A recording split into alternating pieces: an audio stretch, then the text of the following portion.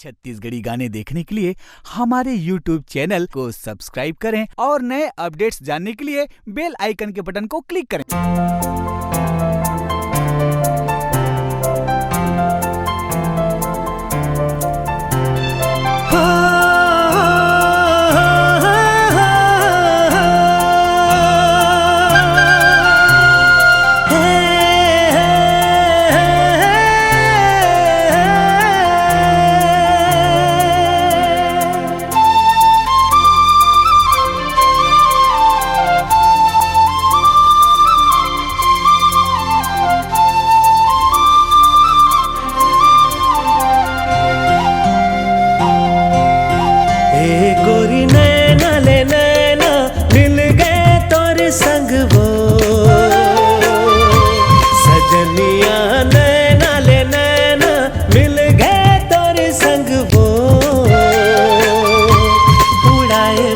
निंदिया